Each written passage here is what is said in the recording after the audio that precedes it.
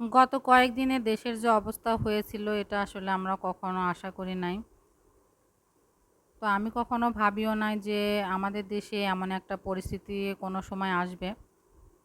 তো যাই হোক, শেষ ভালো যা সব ভালো তার একটা কথা আছে। তো সবশেষে যে আমাদের যে ছোট ছোট ভাই বোনদের কথাটা সরকার রাখছে এটাই আলহামদুলিল্লাহ। তবে এক জায়গায় কিন্তু মনটা খারাপ থেকে যায়, কারণ যারা আন্দোলন করতে গিয়ে শহীদী মৃত্যুবরণ করছে তাদের আসলে সেই শূন্যতা কখনোই পূর্ণ হবে না, কারণ যে চলে যায় সে আর কখনো ওইভাবে কারো মধ্যে দিয়ে ফিরে আসে না।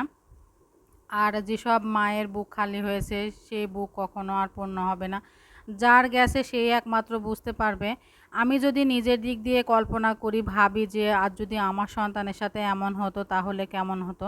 আসলে এটা আমি কখনো ভাবতেও পারি না। আমার খুবই খারাপ লাগতেছিল। আর গত ১ সপ্তাহর বেশি যে দেশের পরিস্থিতিটা গেছে আসলে এটা যে চোখের সামনে দেখছে সে একমাত্র হচ্ছে বলতে পারবে। আর যারা দূরে আছি, আমরা তো দূরে আছি, আমরা তো এভাবে বুঝি নাই, জাস্ট খবরে শুধু দেখছি। কিন্তু যারা এইসবগুলো সম্মুখীন হয়েছে, যেসব ছোট ছোট ভাই বোনেরা যারা আন্দোলন করছে তারা একমাত্র বলতে পারবে, তারা উদাহরণগুলো ভালোভাবে দিতে পারবে। আমরা তো শুধু খবরে দেখছি মাত্র আর কি। আর টানা ১ সপ্তাহ যাবৎ নেট ছিল না, কি যে একটা অবস্থা, পুরো বাংলাদেশের মানুষই একদম অচল হয়ে গিয়েছিল। তো মোটামুটি আর কি নেট আসছে, এখনও তো ইন্টারনেট মোবাইলের যে ডাটা সেটা এখনও আসেনি। তো মোটামুটি ওয়াইফাইটা হালকা পাতলা আসছে কোনো রকম। তো আসসালামু আলাইকুম, কেমন আছেন সবাই? আশা করছি সবাই তো মোটামুটি ভালো আছেন। আমার তো মনে হয় না যে পুরোপুরি কেউ এখনও হচ্ছে মানে ভালো আছেন মনের দিক থেকে। তারপরে মানসিক যে একটা দিক আছে, সেই দিক থেকে মনে হয় না যে কেউ এখনও পুরোপুরি ভালো আছেন। আমার তো খবরের সেই দৃশ্যগুলো এখনও চোখের উপরে ভাসলে খুবই খারাপ লাগে যে আসলে যে এইভাবে যে তারা একটা তাজা প্রাণ যেভাবে চলে যাবে, আসলে এটা আমরা কখনো কাম্য করি নাই যে তাদেরকে এভাবে চলে যেতে হবে। তারা এত ব্রিলিয়ান্ট স্টুডেন্ট, আর তারা চলে গেছে, তাদের তো আর কোনোভাবেই ফিরে পাবো না। তো তাদের জন্য দোয়া করব, তাদের পরিবারের জন্য দোয়া করব যেন তারা এই শোকটা কাটিয়ে উঠতে পারে। আর যারা দুনিয়া থেকে চলে গেছে আল্লাহ তাআলা যেন তাদেরকে বেহেশত নসিব করে।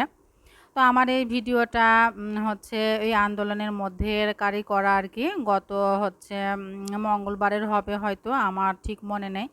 ভিডিওটা করে রেখে দিয়েছি। আর তারপরে থেকে তো কোনো রকম নেট ছিল না। আর দেশের যে পরিস্থিতি ছিল এরপরে তো আর কোনো রকম ভিডিও করি নাই। টানা ১ সপ্তাহ আমি কোনো ভিডিও করতে পারি না। আর নেট ছিল না, সেজন্য তো আপলোডও দিতে পারি না। তবে দিনগুলা খুবই কষ্টে কাটছে। শুধু খবর দেখছি আর হচ্ছে আহাজারি করা ছাড়া তো কোনো কিছু করার নেই। কারণ আমরা তো ওইভাবে কিছুই করতে পারবো না।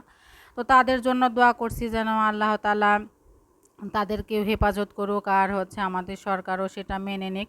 তো যাই হোক, আলহামদুলিল্লাহ আমাদের সরকার মেনে নিয়েছে। তাদের যে তারা সফল হয়েছে, তাদের যে কষ্টটা সার্থক হয়েছে এটাই অনেক পাওয়ার।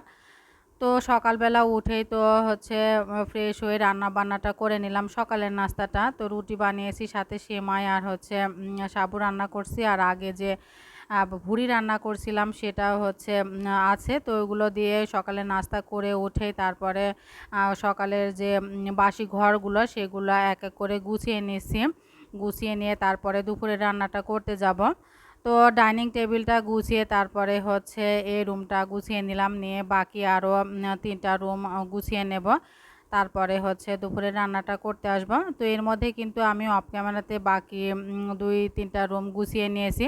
গুছিয়ে নিয়ে তারপরে কাটাকাটি করছি। যেগুলা রান্না করব সেগুলো আগে ভেবে নিয়েছি যে কি রান্না করব।